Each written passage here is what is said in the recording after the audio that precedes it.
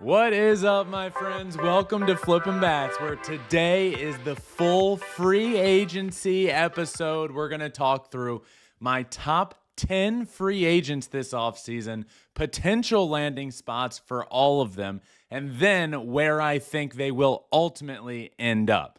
So top 10 potential landing spots and eventual final landing spot for my top 10 free agents. There are some massive names available this free agency, both hitting, pitching, a couple of each coming over from Japan. There's some big names out there. We're going to talk through top 10 and also have to start with a massive trade that just transpired over the weekend between the Mets and the Rangers. Remember, Flippin' Bats is presented by FanDuel. Bet baseball with us all season long this year and next year on America's #1 sportsbook. The big trade. Brandon Nimmo of the New York Mets has been traded to the Texas Rangers in exchange for Marcus Semien. So the Mets are getting Marcus Semien, second baseman. The Rangers are getting Brandon Nimmo in return. This is a rather confusing trade on the surface, right? Confusing trade, two players on the back end of their careers with huge contracts. So what is this deal? Who's shedding payroll? Who isn't? What's going on here? Well, let's talk about it. Here's my thoughts on this trade. I love this trade for the Mets if they sign Kyle Tucker or Cody Bellinger. Look, Brandon Nimmo was a fan favorite in New York with the New York Mets. Mets fans need to stop thinking with their hearts here. Brandon Nimmo's a fan favorite, but fan favorites haven't won you a championship in Queens since 1986. You can't play the woe is me card and, it's so tough being a Mets fan and we blow it every year and we just need to figure this out and win, and then get mad when a fan favorite is traded away to try and improve the team. That's what this feels like. Oh, no, we traded Brandon Nimmo. Things need to change for the New York Mets to have the success that they want to have. The Mets needed a new identity. They needed a new core. They need a new feel of the team.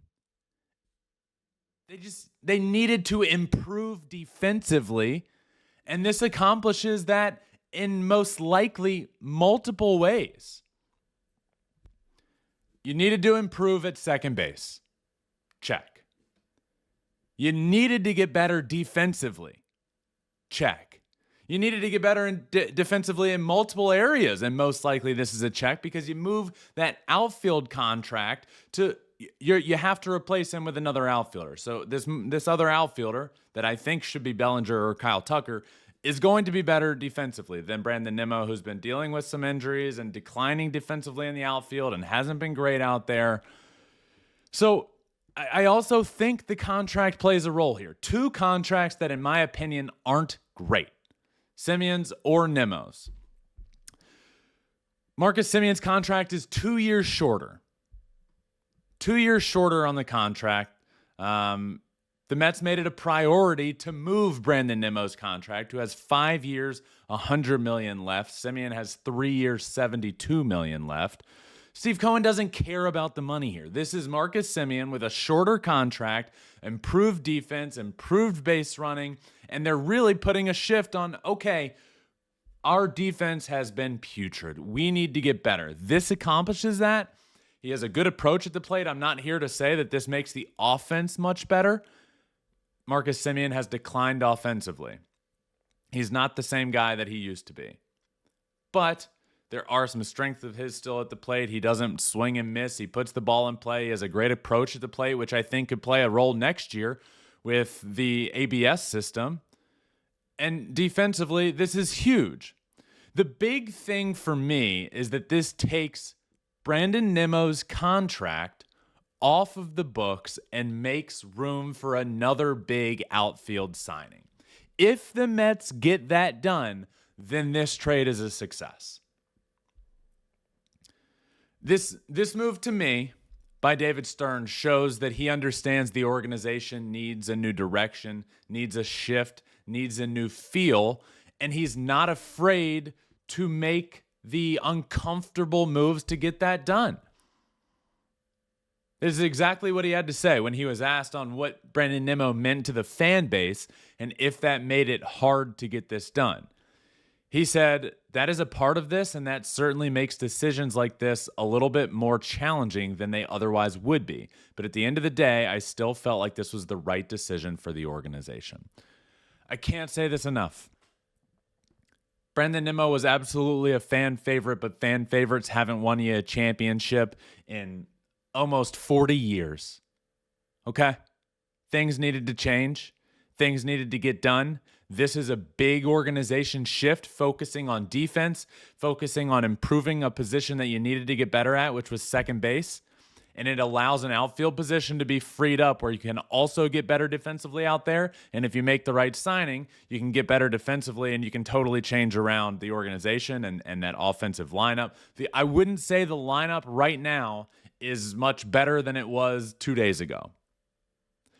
But I would say this opens the window to make things much better. Defensive, check. Opens up an outfield position, check. Now the final check mark is fill that with, I think, Cody Bellinger, or in a perfect world, maybe Kyle Tucker, and go from there. But what a move. What a move for the Mets. A little bit of a head scratcher when you first see it come through, and then the more I sat down and thought about it, I do see it making sense for the Mets if they fill in that outfield blank with the right piece. For the Rangers, here's what's in it for the Rangers. They shed a little bit of payroll by getting rid of Semien for taking on a contract that's a couple years longer at a lower AAV. They've been vocal, and my understanding is that they are trying to shed a bit of payroll right now. So this, a lower AAV for a player that you have 5 years under contract now as opposed to 3, fills a hole in the outfield. And look, the Semien deal was a huge contract when you did it. So now you gave Marcus Semien a massive contract, and you were able to turn that into a World Series championship and then shed the back end of that contract. If you were to ask Rangers fans, when this signing came down and they signed Marcus Semien in the offseason, if you were to tell Rangers fans you'd win a championship and then the back few years of his contract you're going to get rid of, you sign up for that in a heartbeat. You sign up for the championship and then getting rid of the contract for a declining Marcus Semien at the back half of his career, at the very latter part of his career. Even if it's for a not great contract. You take that in a heartbeat.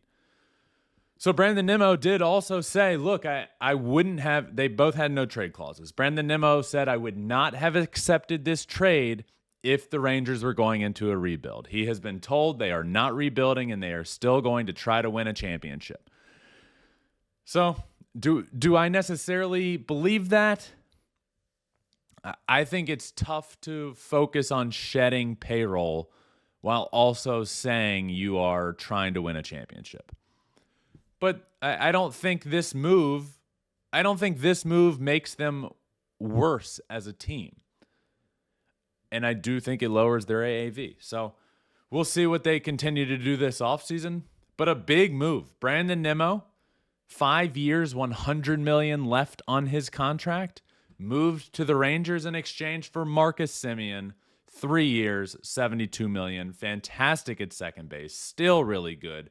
Gold Glover at second base. Vastly improves an overall team defense that needs to be moved, or that needs to be improved, and opens up an outfield spot where you can get better defensively, where Brandon Nimmo was not great defensively, and you can get better offensively. So it just kind of, it's two not great contracts, but it kind of shifts things around for the New York Mets where you get it. You needed to improve at second base. You take on the 3 years of a bad contract to really improve defensively there and hope you can get some former Marcus Semien there offensively, and it opens up an outfield spot. So I get it. It's a tough move that needed to be done for the New York Mets, and this front office and organization isn't afraid to step up and make moves that are uncomfortable, and the fan base should be okay with that. I get Brandon Nimmo was a fan favorite, and people loved him, and he's a great guy and a good baseball player, an above-average baseball player. And he's always got a smile, and he plays the game really hard. That checks a lot of boxes, but the New York Mets are not winning.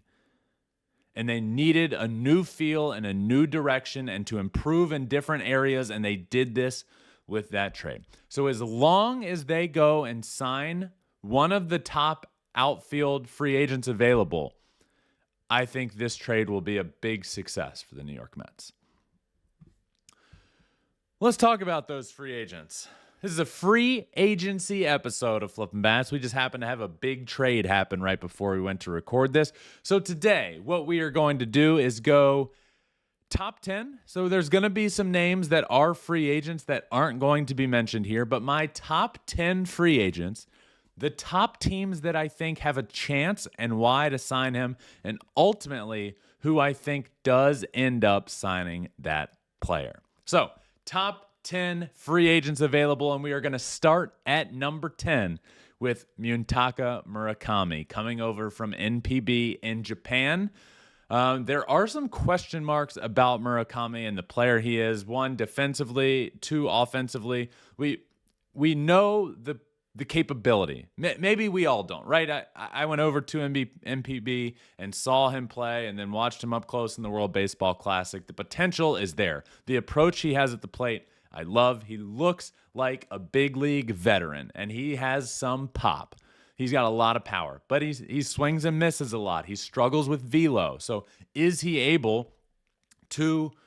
There's more velo over here in the United States. Pitchers use that more. They have a higher velocity. So, and they will attack him with that. So is he able to adapt and evolve? We will see. Muntaka Murakami is number 10 for me. My potential suitors, his potential landing spots, the Seattle Mariners, the New York Yankees, the Philadelphia Phillies, and the Los Angeles Angels of Anaheim. I'm going to go less into why each of my teams are potential landing spots. I think it could be pretty obvious for each of them and a similar reasoning of each, right? Like Muntaka Murakami, third baseman, not great defensively. I could see him shifting to first base at a certain point. Maybe that's soon. But a big power threat, corner infield, all of these teams could use that. Mariners, Suarez is gone. Yankees, they could certainly use that. Phillies, absolutely. Angels, absolutely. So I'll talk more about where I think they ultimately land and why. My prediction for Muntaka Murakami is going to be the Los Angeles Angels of Anaheim. Look, this is the Angels. The Angels need to improve in many different areas. One of those is third base, and one of those is a left-handed hitter in the lineup. Really, Nolan Shanuel is their left-handed bat in the lineup. They need a lefty. They need a lefty with some pop, and Murakami accomplishes that. He's on the West Coast, which I think matters for these Japanese players. They come over, and I from things I have heard and just me thinking about it as a whole, they would prefer to stay on the West Coast. It's easier. It's easier for their family. It's easier for fans in Japan to watch, and it's closer to home. I think they would prefer to stay on the West Coast. There are a couple East Coast teams which I think could play a factor here for Murakami, Yankees and Phillies. Ultimately, I think he sticks with the Angels, a good landing spot. I do believe they are trying to win. And yeah, I think this is a good fit for them. So my number 10 free agent is going to be Muntaka Murakami, who I think lands with the Los Angeles Angels of Anaheim. Let's move on. Number 9 for me is Dylan Cease. Dylan Cease is available. He's an exciting pitcher for me for multiple reasons. You look at the numbers on the surface and they don't scream, wow, that guy's a stud. We need him on our team. But his underlying numbers really play a factor here. I think Dylan Cease is an absolute stud. His stuff is nasty. His stuff plus his advanced analytics are all much better than his actual numbers. Last year, he had a 4.55 ERA and 32 starts, which isn't great. Dylan Cease pitches. He's out there every fifth day. He's got nasty stuff. His advanced analytics, his expected ERA, his FIP are all lower than his actual numbers showed, which means his stuff is good. It plays. He got unlucky a bit, some soft contact, all of those things. I think he's one of the best pitchers available here in free agency, and I think he's going to make a team very happy. So Dylan Cease is a free agent, and I think there's a few teams here that I want to mention as potential landing spots. One, the Baltimore Orioles, who should be in on every starting pitcher at this point, especially after the trade of Grayson Rodriguez, which is a bit of a head scratcher. Angels get him. Baltimore Orioles need starting pitching. They got rid of him. So the Orioles, I think, are a potential landing spot. The Phillies, I think, are a potential landing spot. And the Red Sox are a potential landing spot. Dylan Cease, to me, is going to land with the Boston Red Sox. It feels like a perfect fit. I think the Red Sox need to land one big starting pitcher this offseason, and all of a sudden your rotation's completely changed around. I know Red Sox fans, and I know I think the rotation was pretty good this year, but to me it's Garrett Crochet, and then they need some help. And we saw that in the playoffs. We saw that in October. This rotation is Garrett Crochet, and then you're just hoping I think they need another top-of-the-line starter. And I think Dylan Cease is that guy to pair right behind Garrett Crochet. And then you got a pretty nasty rotation with Crochet and Cease. And I do think that ultimately gets done. So for me, Dylan Cease, my number 9 free agent, lands with the Boston Red Sox. We have a run of a few pitchers right here in my top 10. At number 8, we're going to move on to Framber Valdez, formerly with the Houston Astros, been there his entire career. Some potential landing spots for Framber. The Baltimore Orioles, back to the Houston Astros, the Angels, the Giants, the Orioles, and the Cubs are all teams that I have listed here as potential landing spots. I think Framber lands with the San Francisco Giants is ultimately where I think he lands up. Really, look, there's some question marks with Framber now.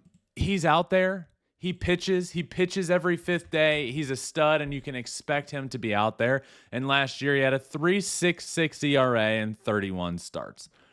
That's a good starting pitcher. He didn't pitch to an elite level. His career numbers are a 3.36 ERA. He's a very good starting pitcher.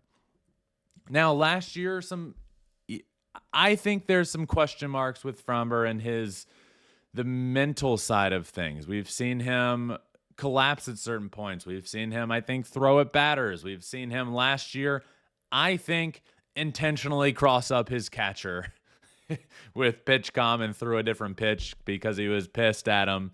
There's just some emotional question marks on the mental side of the game with Framber Valdez, and I feel like the Houston Astros are ready to move on from that. I really do. So I don't think he lands back with the Houston Astros. I think Framber signs with the San Francisco Giants. Giants trying to improve. Obviously, the Rafi Devers trade last year. They had a very up, then down, then seemingly a little bit of an up. And are we going to try and get into the playoffs last year? That answer was no, they didn't get into the playoffs. But I do think they're on the cusp of being a good team. They just need a couple. I think they need a couple signings this offseason. Framber would be one of those to pair at the top of the rotation with Logan Webb. I think Birdsong is going to be nasty in that rotation. So I think Framber ends up signing with the San Francisco Giants, and he is my number 8 free agent. Moving on to number 7, continuing this run of pitchers, I'm going to go with Ranger Suarez. I think Ranger Suarez might be the most underrated free agent available. I was on MLB Network the other day and was asked that question. Who's the most underrated free agent? And my answer was Ranger Suarez. I think Ranger Suarez is underrated for a couple of reasons. One, I don't think people know the numbers he puts up. He was fantastic last year. 3.2 ERA in 26 games started. He had a whip of 1.2. I think Ranger Suarez is underrated because he's not the guy in that rotation. The guy is Zach Wheeler. And then Zach Wheeler gets hurt last year, and he still wasn't the guy because Christopher Sanchez was absolutely remarkable last year. So Ranger Suarez slotted in as like a 3-4 guy in that rotation last year until Zach Wheeler got hurt, and he was really, really good. He's 30 years old. He's the youngest. He's younger than Framber Valdez, who's 32. He's 30 years old. He puts up great numbers. I think he's the most underrated free agent available, and I think he's a stud of a pitcher. So Ranger Suarez for me is my number 7 free agent available. My potential suitors for him, the Toronto Blue Jays, the Detroit Tigers, the San Francisco Giants, and the Chicago Cubs. I think he ultimately ends up signing with the Chicago Cubs. That's my pick. I think the Cubs are in desperate need of another starting pitcher. Do they want to go 3 lefties in a row? Do they want to go Justin Steele, Shota Imanaga, Ranger Suarez, and there's Matthew Boyd as well? Do they just go lefty starters? Well, here's the thing. This offseason, he's not going to be in my top 10, but Michael King and Dylan Cease are the best righties available. Do the Cubs go get one of those guys, or do they go get one of the toppest, in my opinion, the top free agent pitcher available in Ranger Suarez, who's another lefty, and then your rotation is just full of left-handed pitchers? Does that matter? I tend to think no. In fact, sometimes I like that. You just throw in a different look at teams. But look, you see rotations all the time of just straight-up righties. Why not just a rotation of straight-up lefties? So Ranger Suarez, to me, is going to the Cubs. They need another top-of-the-rotation arm. I said it when Shota Imanaga accepted the qualifying offer. This can't be the move that you point to in the offseason and say, yep, we got our rotation piece. No. You need another starter in that rotation. In my opinion, Ranger Suarez needs to be that guy. So I have Ranger Suarez at number 7 on my free agent list going to the Chicago Cubs. Back to offense. Number 6 on my free agent list this offseason is Cody Bellinger. Big time guy, available both defensively and offensively, versatile wherever you want him. He can play a good outfield. He can play a good first base. And he's had a bit of a resurgence the last year and a half offensively. Really kind of changed his approach as a whole, and he's been really good. Cody Bellinger. My potential landing spots for him are slim. I think he either lands back with the New York Yankees, I think he either goes to the New York Mets, or I think the Rangers could be a sneaky fit for Cody Bellinger. I ultimately have Cody Bellinger going back to the New York Yankees. I think they need him in that lineup. I think he's a really valuable asset for them and an approach they need in that lineup. He's not striking out a ton. He had a 125 OPS plus last year. He hit 272 with 29 homers. And I think they need that. I think they need him in the lineup. He struggled out of the gates last year and then really turned it on. Cody Bellinger is a good player, and I think he signs back with the New York Yankees. He is one of the picks for me that I think the Mets need to sign an outfield bat. Cody Bellinger, Kyle Tucker. Do they get one of those guys? I don't think they ultimately get Bellinger. I think he ends up signing back with the New York Yankees just because they desperately need that to happen. But so do the Mets. So we'll see. I put the Rangers in there because I could see the fit, but I ultimately think it's Mets or Yankees that sign Cody Bellinger. And I start looking at these names and who the Yankees grab in free agency, and I think what they do is ultimately just say we can't let Bellinger get away. We can't have a failure of an offseason. I don't believe in what I don't think this is the Yankees of old. Hal ain't George in the front office. Even his words today, I'm recording on Monday, even his words of, we would love to in a perfect world shed some payroll and get a lower payroll, but we still want to put a World Series out there. I don't know. Anyway, that's a side tangent. We'll talk about that later this offseason. Cody Bellinger, I have him going back to the New York Yankees. Now we're to the top 5. My top 5 free agents available this offseason. And number 5, I'm going to go with Pete Alonso. Pete Alonso, big slugger of a first baseman. I actually think Pete Alonso continues to be really his whole career, I think he's been undervalued a little bit, underappreciated.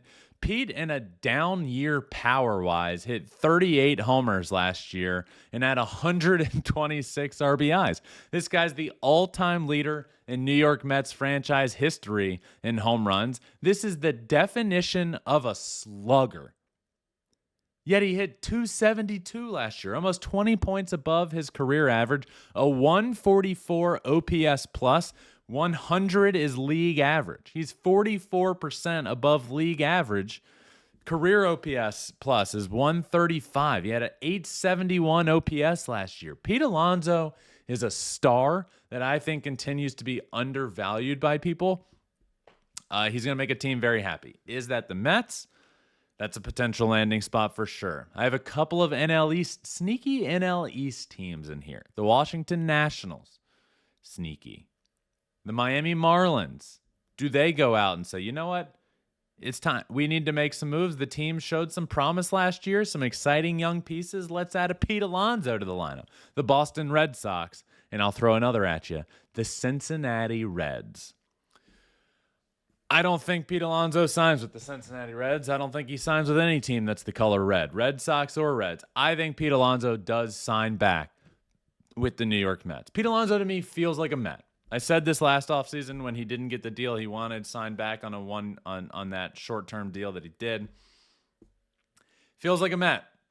I think he should stay. I think Pete Alonso should stay in Met for forever. I didn't feel that way with Brandon Nimmo. I know he's a fan favorite, but like I don't feel like Brandon Nimmo was like the face of the Mets and a diehard Met forever. I feel that way about Pete Alonso. I think he should sign his big deal there to keep him in New York for years to come and maybe end his career there. Pete Alonso feels like a New York Met, but it feels like two different things. To me, Pete Alonso says all the right things as a guy that's hitting free agency, and he's doing all the right things. But like the feel for me with Pete Alonso is that he wants to be a Met. He feels like a Met, but he's represented by Scott Boras, who doesn't want you to feel things. He wants you to get out in free agency and realize what you're worth. And I respect that. But like to me, I think Pete Alonso feels like a Met, and I ultimately think he ends up back there. So I'm going to go Pete Alonso back to the New York Mets. Moving on to number 4. Number 4 for me is Bo Bichette. Bo Bichette really helped I think he helped his case in the World Series. Comes back, hobbling, playing on one knee, and he was fantastic. Now, here's the thing. He ended up playing some second base, and I thought he was pretty good at it. So naturally, you have teams saying, well, we're checking in on Bo Bichette, the second baseman. Now, there's many more teams that this opens up for if Bo Bichette is open to signing as a second baseman. I'm not going to do that. I'm going to talk about the teams that want to sign Bo Bichette as a shortstop because I don't think Bo Bichette wants to open up offers as a second baseman. He wants to get paid as a shortstop. He wants to get paid as a shortstop in free agency. You don't want to hit the market as a second baseman. You don't even want to mention that it's a possibility. I do think it's a possibility, but I think you'd have to pay shortstop money for Bo Bichette. So, my potential suitors, I have 3 of them. The Atlanta Braves, the Detroit Tigers, and the Toronto Blue Jays.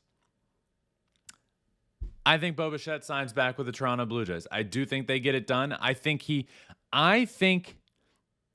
became like they lost the World Series. I get it. But I think he became like an organizational hero in October. Vladdy Jr. is the guy. He's the star. He's your lifetime contract. Vladdy Jr. is the Toronto Blue Jays. But what Bo Bichette did in October and in the World Series showed me something. I think that increased his value. I think that increased the love that the fan base already had for him. And I think people want him back. I think Bo Bichette signs back with the Toronto Blue Jays is what I think happened. We'll see. But I have Bo Bichette at number 4 on my list. Let's move on to number 3. We're getting to the top 3 free agents available this offseason. At number 3, I have Kyle Schwarber. Kyle Schwarber, yes, he is getting older in his career. He is 32 years old, will be 33 next season. But the man just mashes. Continues to just mash. He's not going to hit 260, 270, 280. He's not. His career average is 231. But he has just evolved. Not evolved. He's been this guy. But he hit 56 homers last year. He hit 240 with 56 homers and a 928 OPS. A 150 OPS plus, 50% better than league average with 132 RBIs. And he's hitting the leadoff spot a lot. He can hit, obviously, 3-4 hole for your team. You're not really signing him as an outfielder. His market at this point is basically just designated hitter. He can slot in on a given day to give your left fielder a little bit of a blow and a break. But Kyle Schwarber is a designated hitter, and man, does he hit. And he is going to make some lineup very, very happy. My potential landing spots for Kyle Schwarber. Back to the Philadelphia Phillies, the Boston Red Sox, the Cincinnati Reds, the Detroit Tigers, and the Pittsburgh Pirates. The Pirates have checked in on Kyle Schwarber. They are reportedly interested in him. I've gone off lately on the Pittsburgh Pirates, including on MLB Network, and said I'm tired of the potential, and they're trying. They need to get a deal done. They need to get it done. Do I think Kyle Schwarber happens there? No. Until I will believe it when I see it, but I will not believe it until I see it. That might have come out weird, but it made sense in my head. So I don't have Kyle Schwarber going there, but he is reportedly, they're talking to him. They're interested. Okay. I think Kyle Schwarber signs back with the Philadelphia Phillies is where I think he lands. I think they love him there. If I had to pick a second, I would love to see him. I would love to see Kyle Schwarber play for the Cincinnati Reds. He's from Ohio. The closest big league team to where he's from is the Cincinnati Reds. He's from Middletown, Ohio. It's the hometown team. I would love to see him there. It's a good fit. I think the lineup needs him. They have a good pitching staff, a young core. I would love to see him go there. It would be a great story, a great fit, and I would like to see the Cincinnati Reds do well. I think they shy away from those big elite free agent deals. I don't think they do it. I don't think they get it done. I think Kyle Schwarber goes back to the Philadelphia Phillies is where I ultimately think he will land. Which gets to the top two. Top two free agents available. At number 2, I'm going to go Alex Bregman. I debated 1 or 2 here. I like Alex Bregman a lot. Alex Bregman is a friend of mine. He's a stud of a baseball player. I can't say enough good things about Alex Bregman. As a baseball player, he's really good. He had 273 last year with 18 homers in very limited time.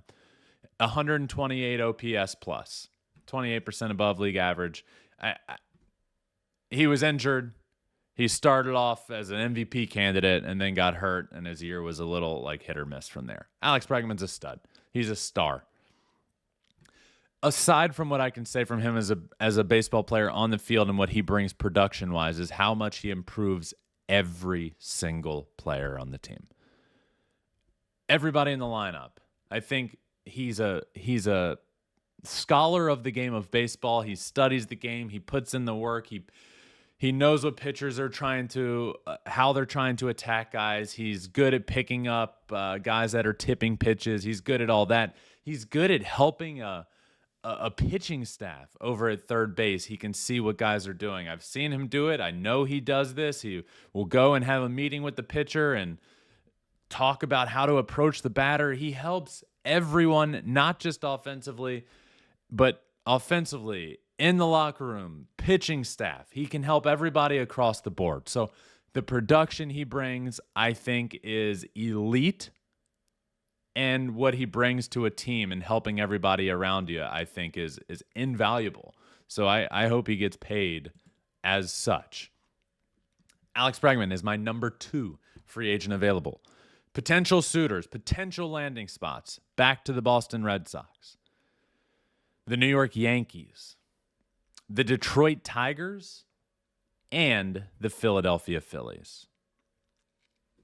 Here's what I think happens.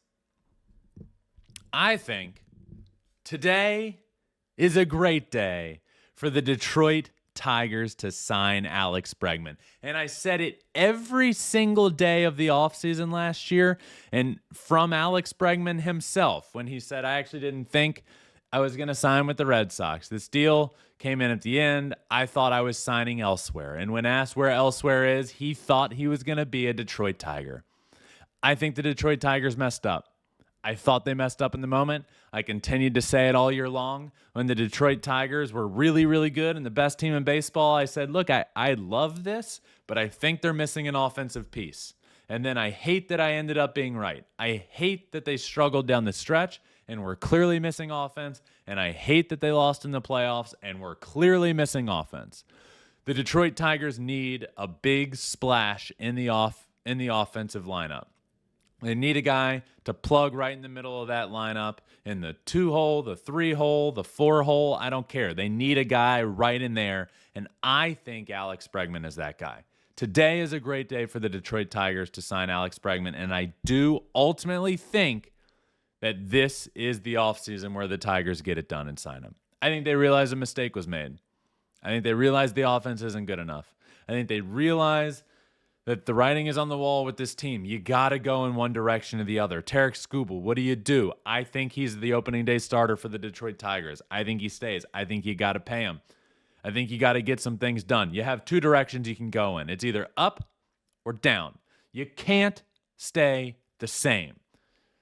Staying the same is a failure for the Detroit Tigers. They are not one of the game's elite teams. They are good. They are not great. They need to become great. And you do that by keeping Tarek Skubal and signing an offensive elite star in the lineup. And I think that guy is Alex Bregman. Let's talk about my number one free agent. The top free agent available in the 2025-2026 offseason is Kyle Tucker.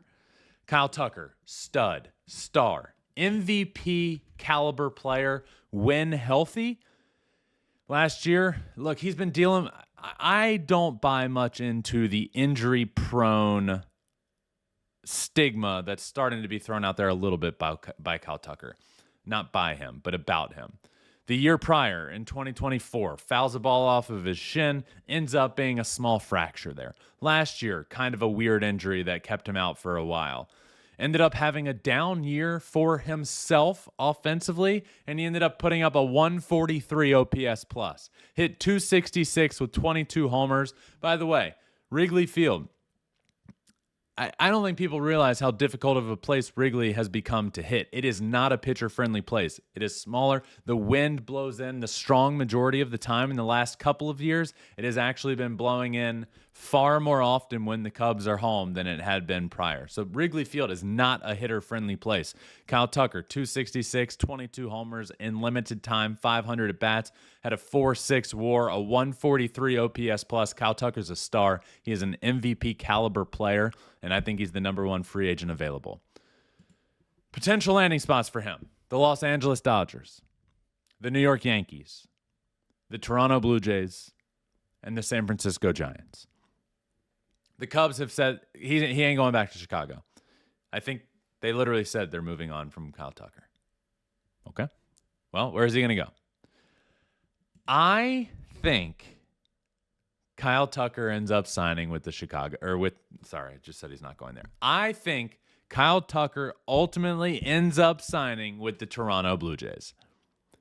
Think of the last few off seasons. They have been in on every big star available. Shohei Ohtani, the ultimate star, $700 million deal coming towards him. The Blue Jays were right there. They had that offer. They were there. They were meeting that financially, and he ended up signing with the Dodgers. So they came in second there. Juan Soto becomes available. Free agent. The Toronto Blue Jays were in on that, on Juan Soto. Another $700 million deal. They have been trying to spend that money. And I get they ended up extending and giving a huge deal to Vladdy Jr., but they are looking and trying to do it. And why do I feel like Kyle Tucker is that choice? Well, for multiple reasons. I think things are different now in Toronto. I think Toronto is a sexier place to play for free agents. I think before it was, God, do I really want to go to Toronto? Do I really want to pay all the taxes there?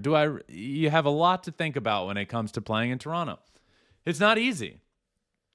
But I think watching them in the World Series, seeing how players adapted to playing there, hearing how players talked about playing there, seeing how fun it is to play, seeing the fan base, seeing how highly I talked about the city of Toronto. That place is awesome.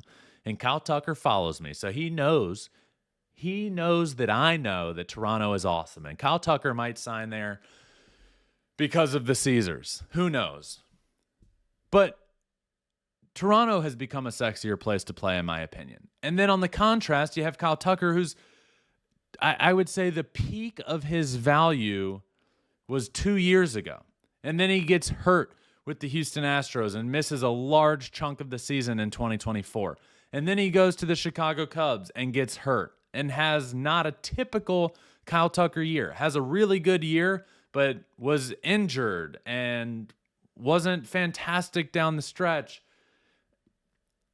I think it's a perfect storm for the Toronto Blue Jays to still pay Kyle Tucker like he's the top free agent available, like he's an MVP caliber player, like I believe he is, fill an outfield hole, and I think Kyle Tucker is more willing to sign there because they're a World Series contender. You just watched one of the best World Series ever, and the Toronto Blue Jays certainly hold their own with the Los Angeles Dodgers, if not look like the better team for a large chunk of the World Series. And I just think it's a fun place to play. I think players want to be there, and I think the Blue Jays are willing to spend for that player.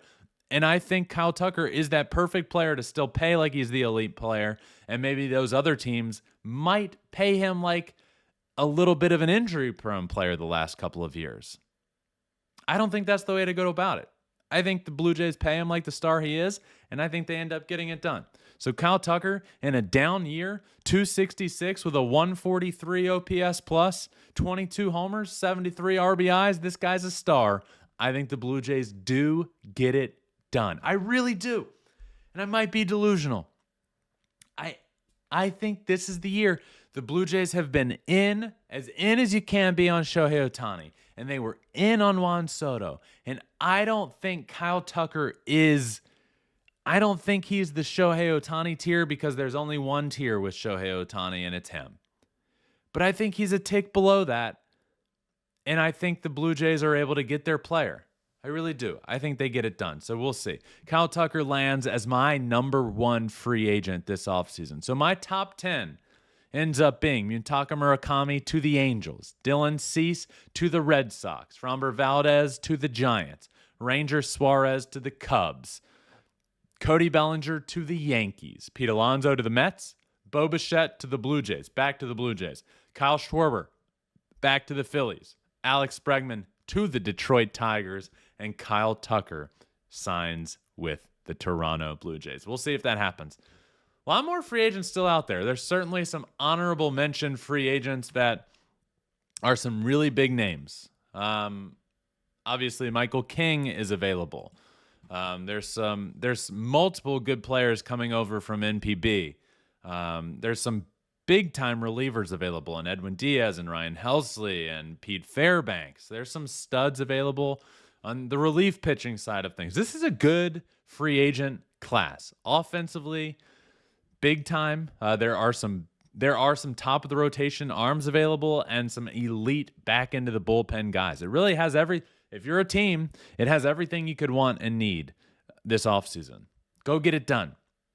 That's my message. That's why I get frustrated with teams like the Pittsburgh Pirates or even the Cincinnati Reds. I would love to see something because the Reds are ready to win. The Reds are ready to make that splash. You go out, you add Tito Francona. The team gets right on the cusp of the postseason.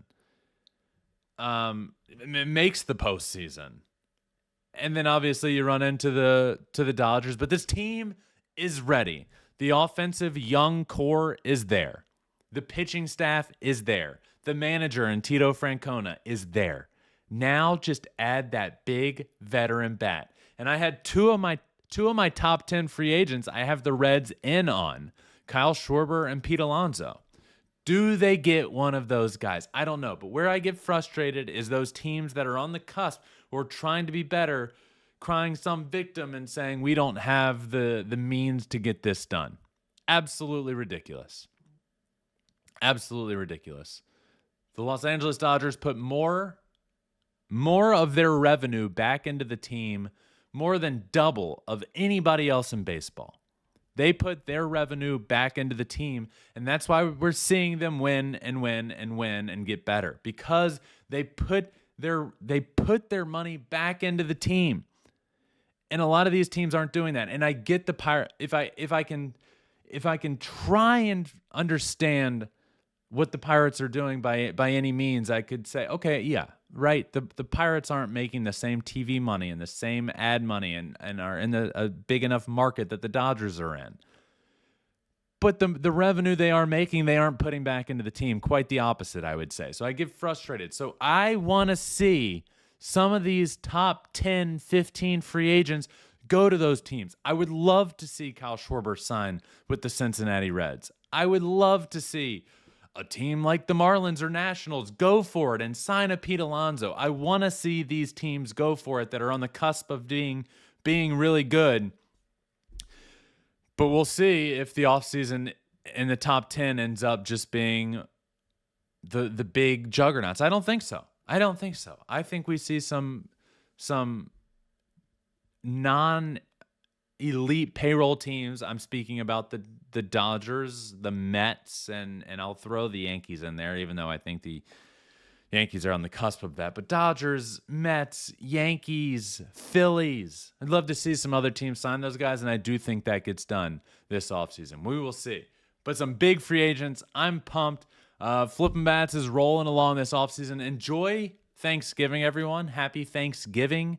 This coming Thursday, I am traveling with my fiance Elizabeth. We're heading to Cincinnati, where both of our families will be. We're gonna have a great Thanksgiving. So I'm pumped for that. I hope everyone else does as well. A lot's happening. The big trade between the Mets and the Rangers stuff. There will be. I'm imagining, especially with the holidays, that this next episode of Flippin' Bats will be the following next Monday. So a week from now, I bet some big stuff happens in that time. I really do. Some of these free agents are going to start signing. We already saw Josh Naylor sign with the Seattle Mariners. Big stuff is happening. Big shows ahead for Flippin' Bats. Fun offseason. It's a WBC offseason. I'm going to be there. This is going to be awesome. We're going to start once we get, through Thanksgiving. If it's a big week, we'll ramp up episode-wise. Once we get through the holidays and early next year, we'll ramp up episode-wise and really get back going. Right now, it's about one a week unless something big happens, and next one will be next Monday. So be on the lookout for that. I appreciate you all for watching and listening wherever you do. Please check us out on our YouTube channel. If you're always thinking, where should I watch or listen? Go to YouTube. You can watch every episode. You can leave a comment. I love hopping in the comments and talking to you guys and continuing on the conversation there and wondering what you guys think about the episode and kind of continuing that conversation. So please check it out there. Subscribe, like the video. All of that truly does help. If you're watching on YouTube right now, hit that like button on the video. Subscribe to the channel if you don't, and leave a comment. Apple, Spotify, wherever you want to listen, and we are on all social media at Flippin Bats Pod everywhere. Enjoy the holiday week, everyone. I appreciate you all a ton. I love this Flippin Bats community. Love you all. Y'all are the best. Until next time, my friends, remember, find your bat and flip it. Peace.